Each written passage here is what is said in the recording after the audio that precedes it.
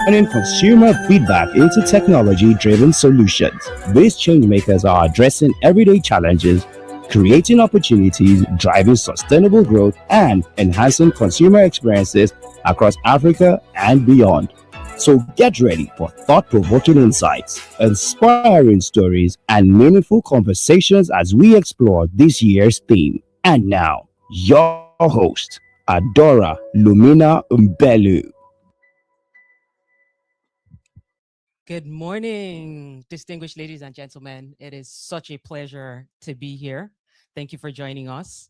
I can see so many beautiful faces in the audience today, and I hope you're as excited as I am to be here. Are you excited? Yes, yes.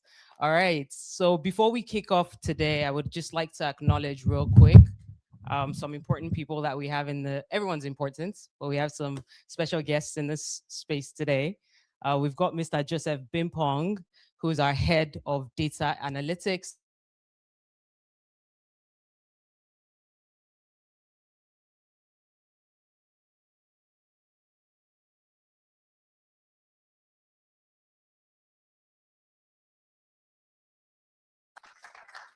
Lubi, who is head of digital banking. All right. Welcome to the UBA Business Series. And our theme for today is building, turning consumer feedback into technology-driven solutions. If there's one thing that we all understand, it is the fact that things don't always happen exactly the way that you expect it to. Consumer behavior is different, infrastructure is different, trust is different. And sometimes the very problems that you think you're solving for are not necessarily the problems that the consumer actually wants, is thinking about. And the real question then becomes, how do you listen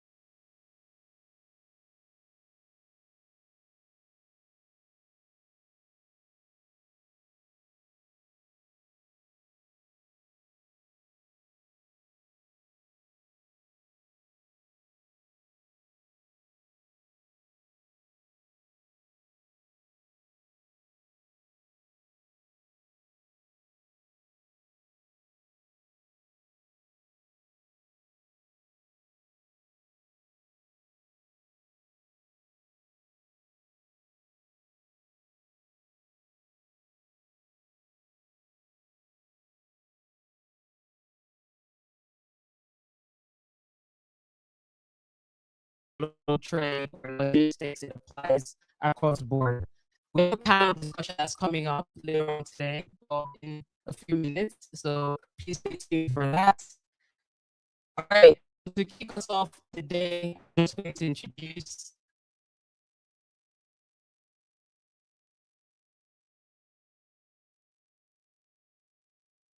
Mrs. Uzolaka, who's UBA Group Head for Remittance, to just share a bit more about why it is that we're here today. Thank you. A round of applause, please.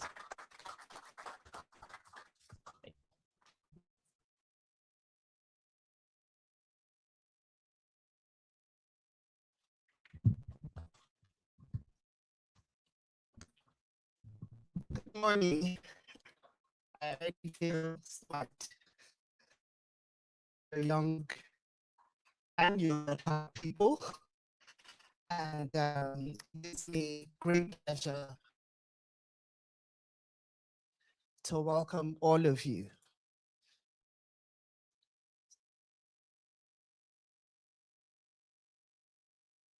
UBA Business Series. We're delighted to have you here.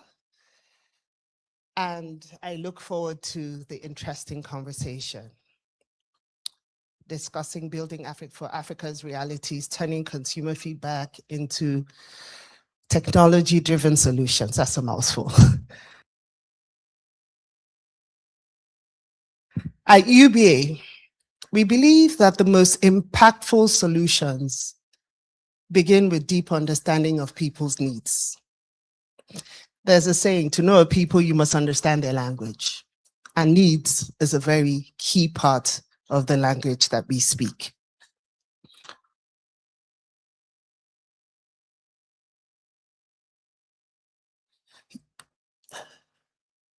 This series is about fostering conversations, meaningful conversations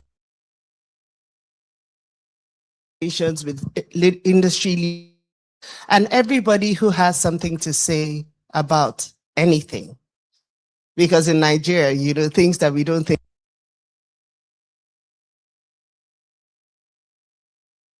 are important become important at the click of our fingers. Africa's greatest opportunities for innovation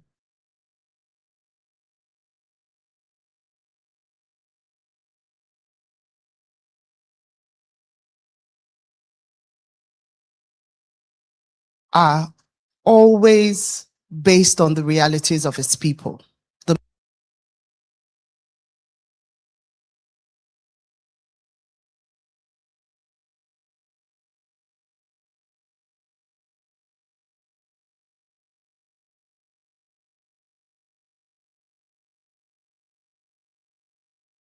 most effective solutions are built not on assumptions, but on addressing and listening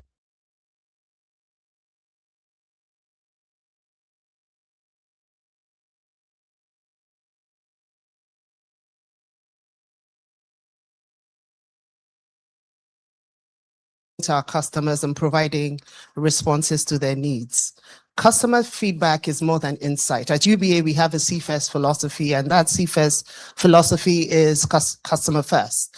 And we know that the insight from the customer will help us build the foundation for innovation. And that innovation, when combined with technology, enables us produce or create solutions that are relevant, that are inclusive, that are scalable, and that are transformative.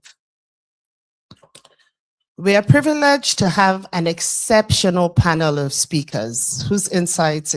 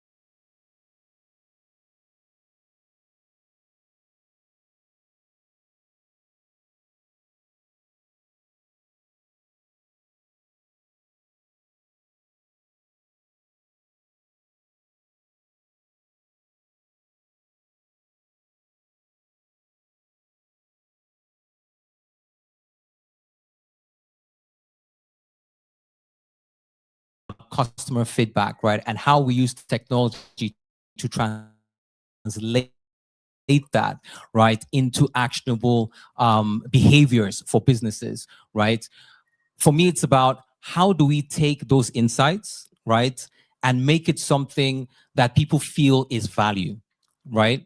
And so one of the things that I'm super proud about, right, that UBA has done is launch rewards, right, embedded directly into one of their most famous mascots, the Leo chatbot, right? So that, you know, every time you come into the Leo chatbot, right, you're getting rewarded for the transactions, for the for just buying your airtime, for making transfers, all the things that matter to you, but also matter to the business as well, right? And the key thing about this is you're able to turn those rewards into discounts and things that matter to your lifestyle, right? So ultimately, it's about empowering the customer's lifestyle because you've heard their feedback. My name is Olusha Shoy Johnson. You can check us out at the booth outside, right? Try out the new Leo mascot and platform and start earning rewards for the things that you do with UBA. Thank you very much. Thank you so much, Olushe.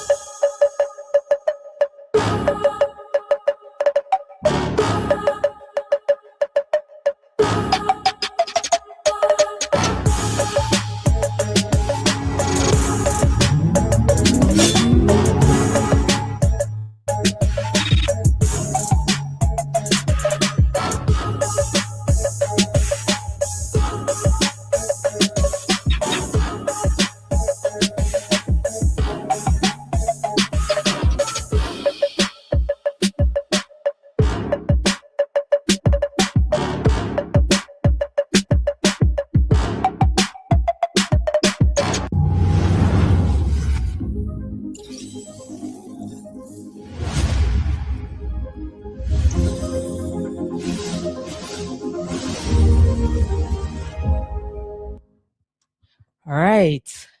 So today's conversation is really about one thing. How do we build for Africa's realities as it is and not as we imagine it to be? And more importantly, how do we take what people are telling us, so their sentiments, their behaviors, their complaints, their workarounds, and turn those into products, platforms, projects, ecosystems that are actually able to move us forward? That's what we're here to unpack today. And I have some really super brilliant entrepreneurs here with me who are going to be sharing some insights as we go along, and we can all learn from this. So maybe you need to also just pull out your notes or pull out a pen and paper, right? Because they're going to be dropping some really hot nuggets here. Are you guys excited? Yes, yes. Okay, great. Let's meet them. Ashim Agunjabi is the managing partner at Optera Capital, an African investment fund investing in bold, disruptive tech solutions for emerging markets. A passionate advocate for diversity, equity, and inclusion, she has championed DEI initiatives at Standard Chartered Bank, launched a multinational tech company's women's network in Nigeria, and supports women-led investments as an ESCO member of Rising Tide Africa. With 18 plus years of experience in banking, private capital and tech across Africa, Europe and Asia, Ashim is committed to driving sustainable growth and closing the funding gap for underrepresented founders. M.I. Abaga, real name Jude Lempani Abaga MFR, is a Nigerian rapper, songwriter, producer, entrepreneur, and founder and CEO of Task, a platform leveraging technology to create opportunities and sustainable careers for Africa's creative community. A pioneer of African hip hop, he previously served as CEO of Chocolate City and later founded Incredible Music. Through Task, MI is helping bridge the gap between technology and the creative economy by enabling creators to access partnerships, monetize their work, and build scalable businesses. Renowned for his creativity, visionary leadership, and cultural influence, he continues to shape the future of Africa's creative and innovation ecosystem through entrepreneurship, talent development, and digital transformation. Femi Aluko is a Nigerian software engineer, entrepreneur, and co-founder and CEO of Chowdeck, one of Nigeria's fastest growing food delivery platforms, formerly a principal engineer at Paystack and a top graduate of Obafemi Awolowo University. He is known for combining deep technical expertise with entrepreneurial vision. His leadership is characterized by innovation, strategic thinking, customer centricity, resilience, and a data-driven approach, enabling him to build scalable technology solutions that are transforming commerce and logistics across Africa. Great to have you all here. First of all, thank you so much for being here. I know you're all greatly busy people. I'm really excited about learning today. I know everyone's here to learn, but I'm also here to pick up some stuff. Now, for everyone who's tuning in online, please make sure that you send in your questions. We're going to be taking question and answers afterwards. And for everyone in the audience here as well, if you have any questions so that it doesn't fly out of your head, just make a note of it, right? So that you can ask this at the end. All right, so we're going to jump right into it. Are you guys ready? Excited? Yeah? Okay, great. I want to start with talking about something real, right? Not just something that's theoretical, because you're all people who have built in this market and for this market and even beyond. What is one thing that you got wrong about your customer when you first started off at any point? So you can share. It could be something that, for example, that you were convinced that, you know what, African customers need or want this particular thing, and then you found out the hard way. Who wants to start? Happy to start, and I hope everybody can hear. Thank you for having me today. I think one of the misconceptions oftentimes is that one, customers don't change. So your customer today is the same customer like tomorrow, and that's simply not the truth. Customers constantly have new habits, new behaviors, new things that they want, and if your product doesn't evolve from it, then you might lose them. And I think the second one, and I learned this when I was leading a multinational organization across Africa, was that the misconception about Africa being the same. You fly across the continent and you realize very quickly that a Nigerian consumer is very different to a consumer in Botswana or in Rwanda or in Nairobi in Kenya. And so, the importance of having insights from the different markets and actually understanding the consumers in the market is really key to, not falling on your face and making those mistakes. I really like that one. Well, good afternoon, everybody. It's such an honor to be here. That's a good question. And I started thinking back to my music days because, music distribution and consumption has changed so many times.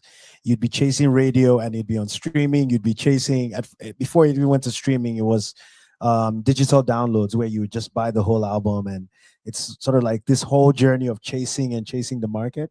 But I think in my new venture, Task, one of my assumptions, as soon as I figured out that, tech could take away the difficult parts of transacting between creators and businesses, I thought tech first. I thought both sides wanted a platform where they could transact, and come to find out that they just want their problem solved. It's more about relationships and hardcore agency, and then the tech can sit, and make that transaction easier.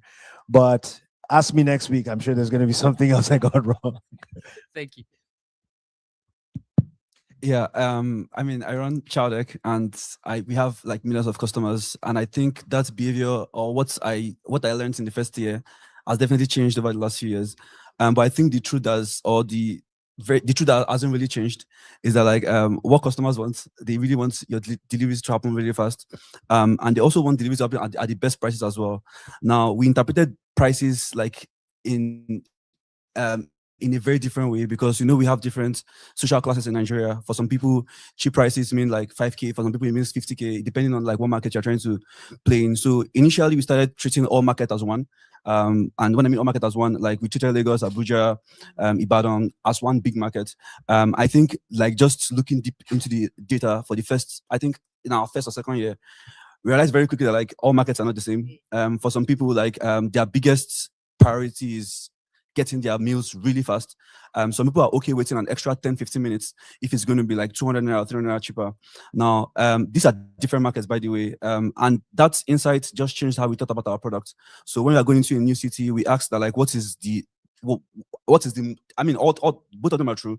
Nobody would wait for 3 hours to get their food delivered, but we had built technology that like made food get delivered in like 20 minutes, in 25 minutes, and we figured out like if we could make that delivery happen in 30 minutes or 35 minutes at like 100 naira or 20 naira cheaper for like this set of customers, would they be willing to it? And we ran that test, and it was, I mean, the numbers spiked. Like everyone was excited about like getting their deliveries cheaper in that location, and that should just stuck with me for the longest time. Like I personally started Chowdeck because I had COVID. I wanted to get my food delivered on time, but like that's my own reality. But like for a lot of people, again, the difference between 20 minutes and 30 minutes is not a lot compared to like that small price increment. That was the biggest insight I got in the first 2 years. Yeah.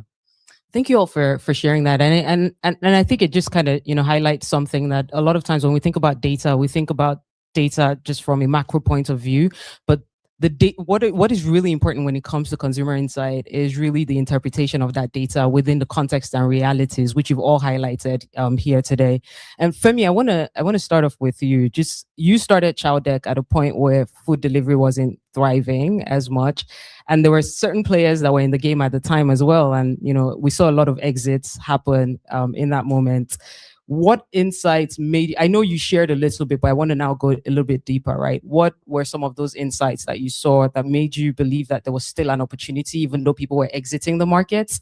And what did you do differently to earn trust and to be able to shift that consumer behavior? Let's just kind of deep dive into the little summary that you gave.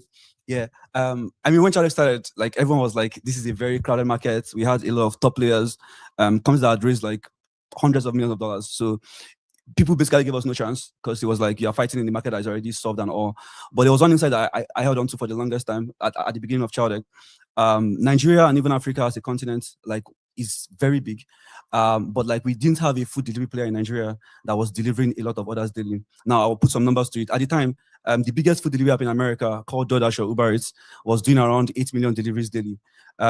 The biggest in China called Meituan was doing around 150 million deliveries daily. The biggest in India was doing around 4 million deliveries daily. But the biggest in Africa was doing 19,000 deliveries daily. Now, there's the argument that like, I mean, spending power in Africa is this and all of that, but we have successful like companies in Africa that has built technology that has been able to serve millions of people. So I held on to that for that, like there has to be a reason why people are not ordering food online in Nigeria as they would. Now, thankfully, post-COVID, a lot of people started ordering things online. Behavior shifted online. We had a generation that like lived on TikTok, lived on Instagram. It was just the unique time to build something that like everyone was going to have to use to order their daily needs online. And Chowdeck started like that. And it was still the same story. Funding was even hard in the first few months because like everyone's like, I mean, everyone has done this, they failed and all. But like the first few months was obsessing over like logistics, and which is what I said earlier, over delivery times that like these people deliver in 3 hours, they deliver in 4 hours. Then there was a joke that like if you needed to order lunch, you need to order it from the morning, like from breakfast. So you order like 9 o'clock for a 12 p.m., 1 p.m. And we're not going to like live with that. And then I got to Dubai, that was post-COVID. And I realized as well that like in Dubai, things were happening very fast. Like you order food, you get it in 20 minutes, in 25 minutes. But when you come back to Nigeria, you order food, you get it in 3 hours. And I thought that was enough to build a company out of. And then I spoke to my co-founders, we launched Chowdeck. Very quickly, we saw traction. Like like people started ordering very quickly. Someone even tweeted at some point. I still remember that tweet because like it really made like it made my days for multiple days. The tweet was like people are building health tech, people are building fintech, but when it goes to child tech, they are building juju tech, because then deliveries was really so fast, and that caused like us to go viral like in the early days. Now, fast forward to like us getting child tech to a point where like people started using it. We applied to an accelerator called Y Combinator, and we got into YC. Now, something interesting that happened like I think a year or two into launching child tech as well was like we realized that growth became stagnant. Like we're not growing as fast as we should, and that was the peak of 2024, where like I think there was the monetary policy also. Inflation had increased like significantly, and then we started looking into the data again. We knew that like companies that had done this before, they would the reason they failed was like our thesis was that they failed for two reasons. They failed for poor unit economics, and they failed for long delivery times. That was something we're never going to compromise on, both of them. Like in child tech, like every delivery is like a competition, it's like a battle. Like you have to, like from the top, that's for me, like I still do deliveries by the way, from the top down to like everybody on the, like down to the agent, down to the rider, everyone knows that like a child tech delivery is super important. So that efficiency was baked into our DNA from day one. Now, it gave us an edge very quickly because like it was hard for competitors to replicate that speed of delivery because everyone had built that technology on 3 hours, 4 hours. Nigerians would collect anything, but like we knew that like we needed to provide the best possible service to Nigerians. Fast forward to 2024, which is one of the, I guess, biggest lessons I also learned in my own entrepreneurial journey as well, was that like we started as just food delivery, delivering just food. And we learned quickly as well that like during that period, people stopped ordering restaurant meals. And we started looking into the, or rather the, our GMV, which is like the total amount we process in a month, started becoming flat, even though the other numbers were increasing. And I started looking into the numbers, like, why is this happening? And then I learned an insight that I actually knew from small, but I didn't realize that like we were plenty that were in that category. And what is that insight? At the beginning of the month, when salary just gets paid, like you order for turkey, you order for chicken, you order for like, I guess a lot of people, I don't know, but for me, I order for turkey. Yeah. Yeah, I order for turkey, for chicken. And then the second week of the month, like I start ordering for meat, that's beef, fish, like third week of the month, it gets to egg. You know what I mean? Yeah. So the first few days of the third week is like egg, but you still have to eat, you know what I mean? Yeah. But you order for egg. And even towards the end of the third week, like it's just like, give me rice, like, exactly. Like nothing else. And then fourth week again, everything spikes back up again to turkey and chicken. I was like, oh, this is crazy insights. Like people are probably cooking a lot more when at the middle of the month rather than at the beginning of the month. Because at the beginning of the month, like again, you think you have a lot of money until reality sets in second or third week. And then we launched like our local markets delivery, which is like customers being able to order from local markets, and that just skyrocketed our numbers like really badly. Like started growing so fast. We started ordering like tomatoes, rodo, and we're like, okay, yeah, we're going to meet you anyway. We're going to meet you. Like beginning of the month, everyone is ordering from, I don't know, Chicken Republic, Item 7, top restaurants. And in the middle of the month, everyone's ordering tomatoes, rodo, like this thing. And that's behavior that like we saw and then we capitalized on, and it just like helped us like keep growing like for going forward. Yeah. Thank you. Man, thank you so much. Yeah. Round of applause. Very powerful. And when you were speaking, you talked about like the delivery timelines and how, and you specifically said, in that moment we decided that we wanted to capitalize on this and build something from there. But how do people know, for everyone who's listening now, how do they know when a pain point is big enough for you to actually build a company around it? Because there are many pain points, right? So how do I know that it's big enough for me to build around? Yeah, I'll say my own story because like initially when I started building child tech, and for context, okay, you already mentioned in my profile, but I used to be a principal engineer at a company called Paystack. Paystack got acquired by Stripe for a lot of money. And after the acquisition, that was in 2020, I started thinking of like, how big can Paystack get like post the acquisition? And then I was supposed to travel to Dubai to go like hire like a couple of engineers at Paystack. And that was when I got COVID. I tried to order food. I realized I couldn't get food delivered to me. And I thought that like logistics is a very big problem. But mind you, I was still at Paystack.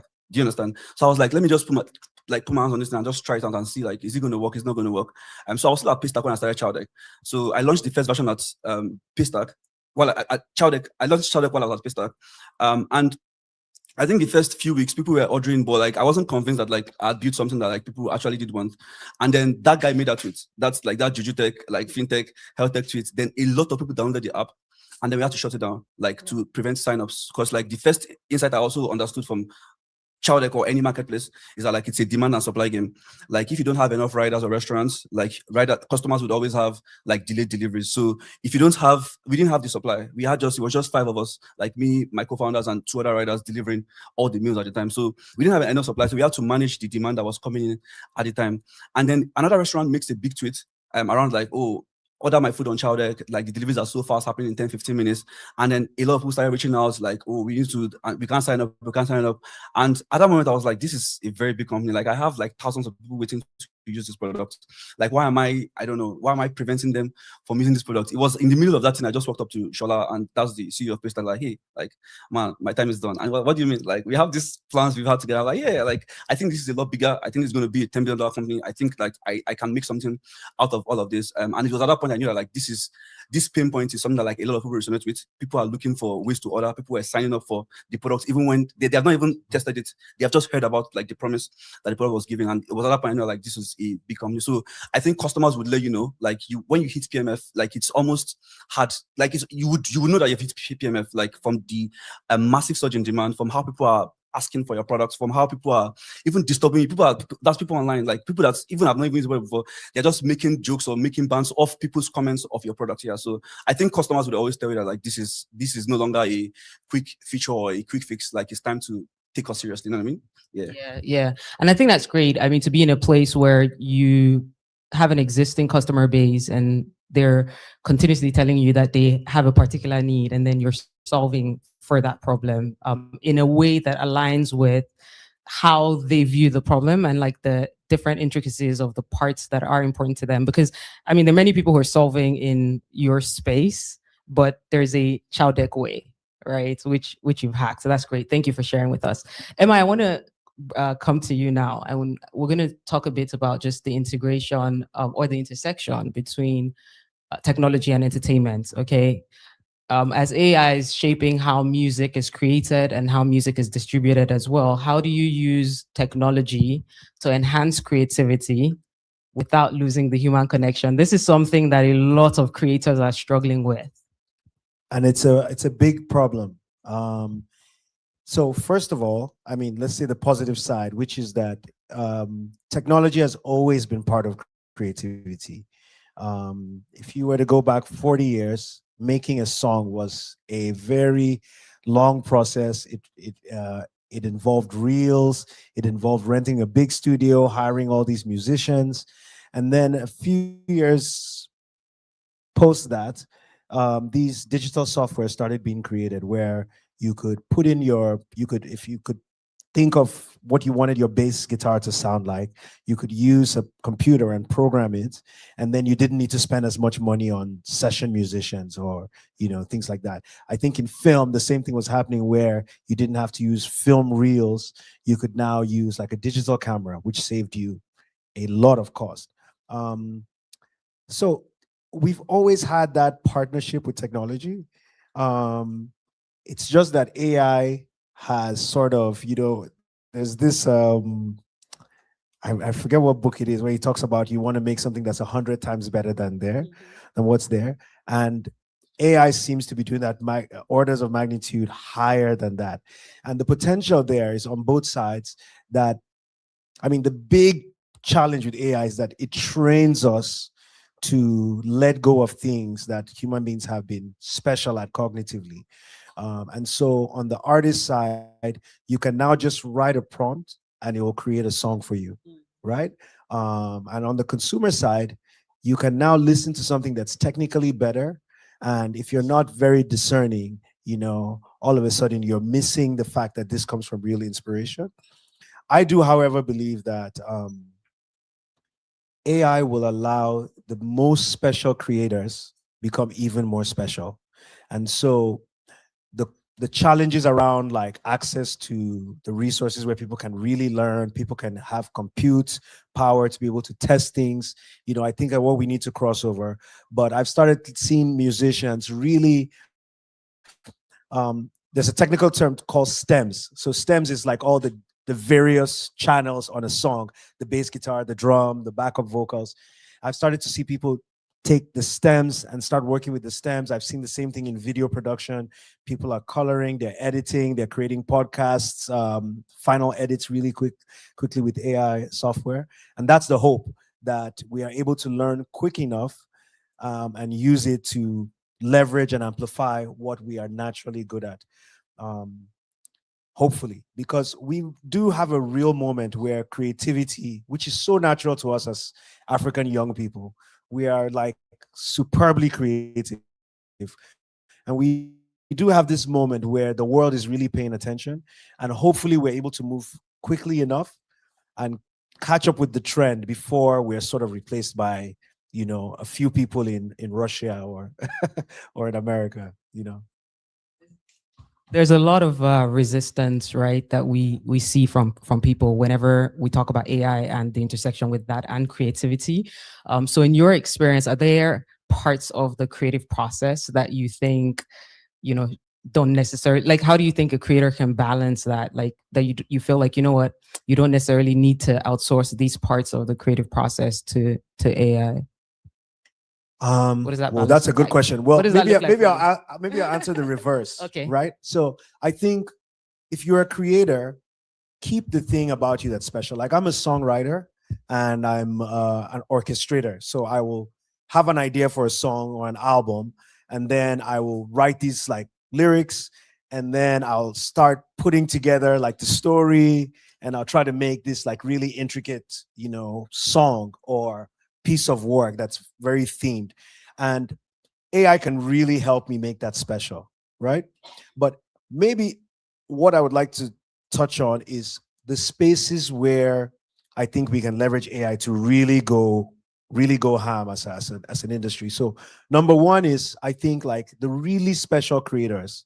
So you're thinking about your Kemi Adetibas, your Adoras, your Burna Boys, your Wizkids, you know, how can they become even more special?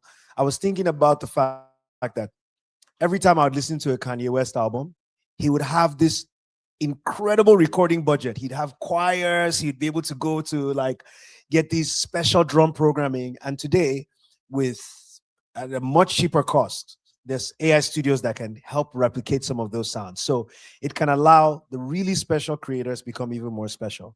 The second layer is that there's a lot of like admin. There's a lot of like just meaningless labor. Like when an album is done, you're registering for rights and you're uploading it to distribution platforms, and you're setting up your deck and you're sending out proposals and all that. And that's sort of the work that we're trying to do with Task. Is like, how do we leverage AI to make that really tedious work where you're spending a lot of time, like just go, you can write your business proposal in a second. You can create your deck in a second. You can find businesses that will match with your audience really quickly. And then maybe the third layer is like, there is a global creative industry. So the creative industry is $2 trillion, 2 point something, and it's projected to get to $3 trillion really quickly. With the way people are consuming content, it looks like this, you know, those projections might be, you know, we might be under projecting. And so the question is, how then, and I may not have a specific answer, but maybe to leave the question with the audience, is how then can we become a global supplier of parts of the global creative industry that are difficult to do and need a lot of people, need a lot of compute, where Hollywood could be an off-taker. So for example, I'll give an example. Like, Nigerians are really good at English, just generally compared to the rest of the globe. And there's so many movies that come out that need subtitling, or like coloring on movies, or sound design, or, you know, set design, or like script editing. How can we leverage these tools and provide like sort of the Andela model? How do we become a global supplier to a market that desperately wants big problems solved, where thousands of young people in Nigeria, in Africa, can be using these tools and providing services to the global market? I think that that's the best way for us to think holistically about where we are in this moment and the intersection between technology and creativity. Yeah. Thank you. Thank you. I really like that. As you were speaking, a lot of what you shared, right, I think is highly impactful and applies like on a global level, but just kind of bringing it to our African context and just your personal experience, obviously being African and being in a space where you are, working with task to create that bridge, right? What are some of the biggest opportunities that you feel that we have on the African continent to bridge that gap? I know you did share, yeah, you did share about just kind of being able to serve other markets right from here. But is there anything else that you specifically have experienced that you think we would benefit from within our context? The speaker right before us was speaking about SMEs. And so I would say that we're witnessing a disruption that is going to change the game. Like when I was a young man, just 20 years ago, no one said anything, okay. But everyone would tune into TV at the same time and watch the same program at the same time.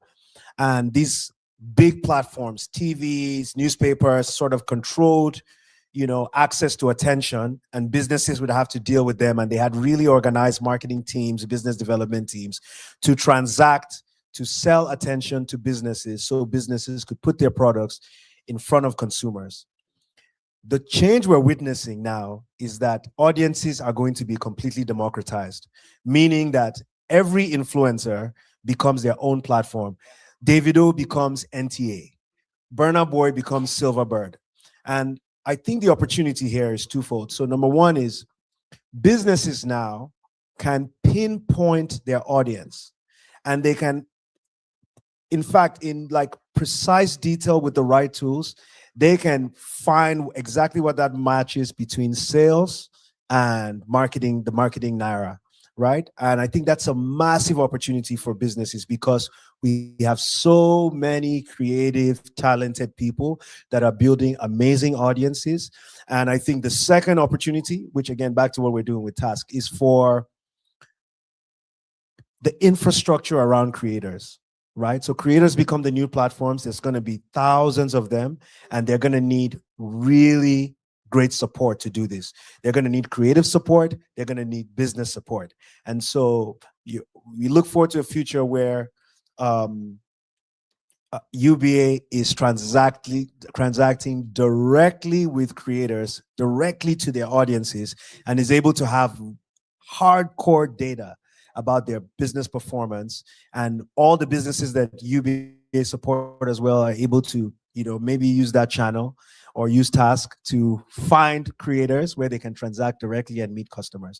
And so the world is changing, but if we are able to move quickly and move with purpose, I think it's exciting and it's a big opportunity for us.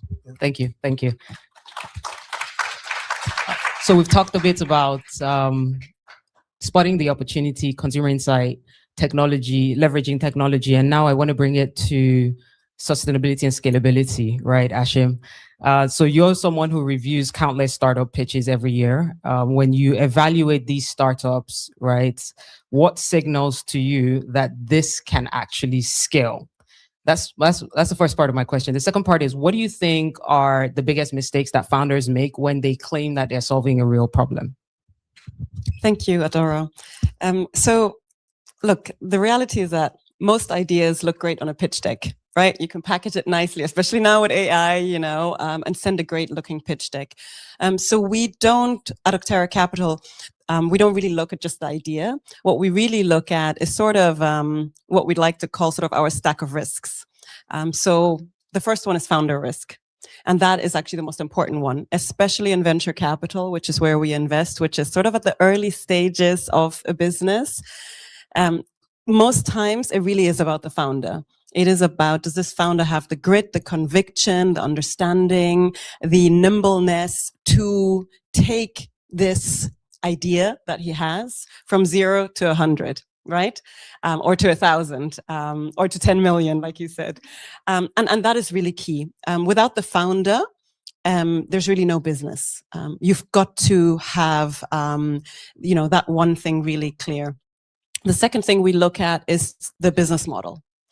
So again, the idea might look great on paper, But the question really is, how big is the how big is the market for this? Is there, product market fit for this? And perhaps they haven't gotten to product market fit yet. So we have to start thinking about, what is the risk to this solution that they're trying to build in the market that might mean that it won't fit? Who is really the consumer for this, product, for instance? And are the founders or the founder looking at the market in the way that they have actually understood the consumer? Or have they sample sized their 15 friends and family and have said, oh, hey, you like this, would you pay for it? And the 15 friends say, yeah, sure, this is a great idea.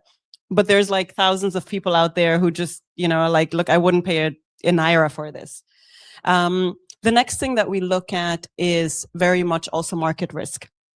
Oftentimes you might have a really exciting solution, you might have a really exciting founder, and then you look at the market. And Acteur, we don't just invest in Nigeria, but across the continent. So you sort of look at the market and you think to yourself, one, is the market ready?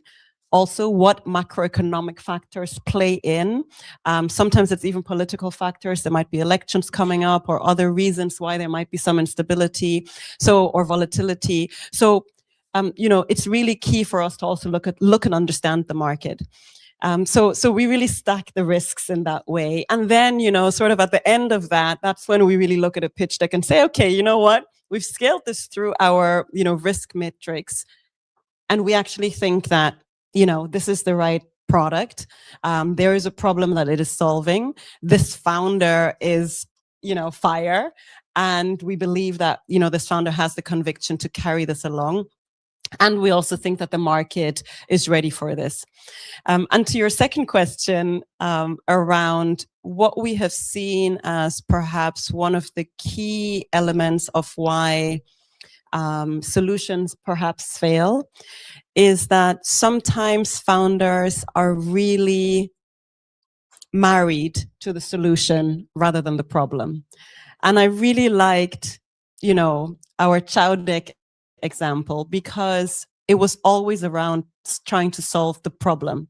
He identified two key problems and he tried and is doing it, and still solving it, still trying. He said, like, this is the key thing up to today, this is where we want to excel. So it's not so much about the solution, right? The solution could be gray, black, green, blue, whatever color. It doesn't sound like he's so married to the solution. Some founders, however, are like, no, I said I'm going to design this thing and therefore it has to look like this, it has to smell like this, and it has to walk and talk like this. Now, the reality is that unless the market is willing to pay for exactly what you have built, you don't really have a product, you don't really have a business. So it's really, really key that, you always remember, what is the problem I'm trying to solve? And am I in fact building a solution to solve that problem? Yeah. I really like that, because entrepreneurship is about solving problems. And the thing is, even after you solve the first problem that you set out to solve, you find out that there's multiple problems that show up as a result of, you trying to solve one. Every time. Yes. And so you have to keep solving as you go along. Where you have a lot of insights, obviously. And so, where do you think that Africa's next billion-dollar opportunities will come from? Gosh, if I knew, I'd already be invested in there. Where do you think they'll come from? No, I mean, of course, we have some theses around it. Just looking at the continent, and again, it's difficult, right? 54 markets, they're all quite different and have different maturity levels across different sectors as well, even within verticals within sectors. So it's not always so apparent. But certainly what we do see is a couple of things. One, financial inclusion continues to be a segment that will require to be accelerated. We have still millions of people who are financially not included in all products, or who are sort of on the fringes or the periphery of what they could have access to. Once we include all those people, we just, also include or increase the markets for companies like Chowdeck, right? Which is then exciting, because only once we have consumers who are actually able to pay online, are we going to be able to ensure that we can build more and more businesses that can actually transact there? So financial inclusion, financial services as a whole, we do believe that there is a lot of growth that we will continue to see on the continent. You know, in Nigeria, we're incredibly advanced when it comes to financial products. My sister here is agreeing with me, right? But when we go to some other markets, you would be shocked at how people are still transacting, how cash heavy things still are. So there's a lot of opportunity in the financial services side. Of course, creative economy, yes, and sports and creative economy is a huge segment that one has appetite worldwide, meaning that there's a market, not just in country, but actually there's a market outside to shop to. But most interestingly, there's also a funding appetite, which is important because it means that these kind of solutions will continue to be accelerated, right? And I think the last thing really is around SMEs, where we do believe that, especially in Africa, the real growth in the next decade or so is going to come from small, medium enterprises that are building, you know, real solutions, solving real problems, and are going to continue to steadily grow. The one thing that we believe is going to be an accelerator to that, to the SME growth, is ensuring that we continue to also unlock debt. So at Octera, we do equity and venture capital, but we also have a private credit desk where we also deploy debt. And we believe that having the right debt element at a certain time in a business, especially a fast-growing business, will enable those businesses to get onto that J curve and actually be able to have sort of fast-tracked growth. Thank you. You know, I really love this conversation because I think one thing that is clear is, first of all, understanding that there's no single way to build for Africa, right? There are many different ways because we have to, again, consider the context of the different regions within Africa. What really stands out to me as well is knowing that it's not just about who's the smartest person, right? Like building is not just about being the smartest person. It's also about who's the most observant to actually see what's going on in the environment. You have to be able to pay attention to people, to behavior, to context. All right. So thank you very much. We're not done. Okay. So I started this off by saying that, you know, everyone in the audience, if you had questions, write it down. For those online as well, if you have your questions, please put it in the comments. But we're going to start off with the room here first of all. Do we have any questions? Can I see hands up? Okay, great. I'm going to take 3 people from different spaces. So I'm going to have you. Can we get a mic?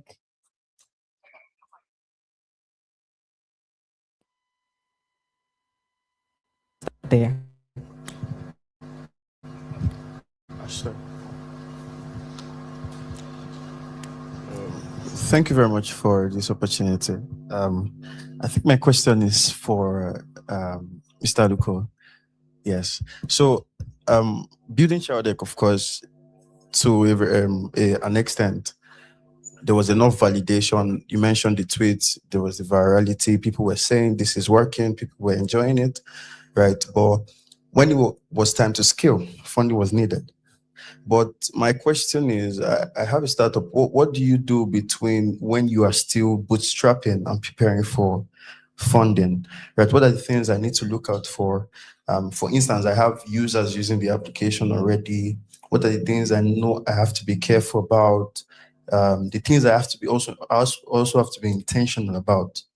Right, so that's my question. Thank you. When you were talking, I was also thinking about like my first 6 to 12 months.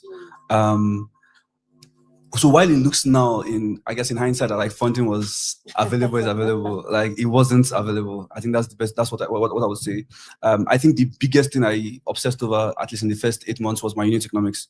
And it was something I learned as Y Combinator as well. That like, can you run a business in the simplest form? And it's like you sell something, you buy something, you sell something. You know what I mean? Like, what is the simplest version of that business? And I think she said it as well, that like the validation is like, are customers paying for this product? Like, can customers actually pay for this product. Now, I'll tell you how I evolved. And when I mean evolved, I'm a product guy. Like, I build products. I'm an engineer. I haven't run a business before. Child Tech is my first business, if that makes sense. So I started off just trying to solve the problem, like logistics, like delivery and all. Now, we got pricing wrong, like in the first few months. Like, when I say pricing, like, I didn't know how to price the product. Like, we had built something that people loved, but pricing was like vibe based. You know what I mean? Like, oh, how much do you think it will cost this thing? 100 naira. Okay, let's charge 100 naira. That was how we figured out pricing. Now, we started having to pay riders, because initially it was me and my co-founders that were doing deliveries, like early employees. So we didn't have like an economics problem. Like, we just had like, we were not conscious of like paying ourselves delivery fees. You know what I mean? So we started like that, tried getting riders, started paying riders, and we're like, oh, riders will collect X. We need to get this X from somewhere. Like, we can't just be giving the product out for free. And then we started doing that. Now we started buying bikes for the riders as well. And after buying the first, I think 25 bikes, I realized that like we can't scale this business by buying bikes. Because again, we needed to build something that like we could get up to 8 million riders without having to need external funding. But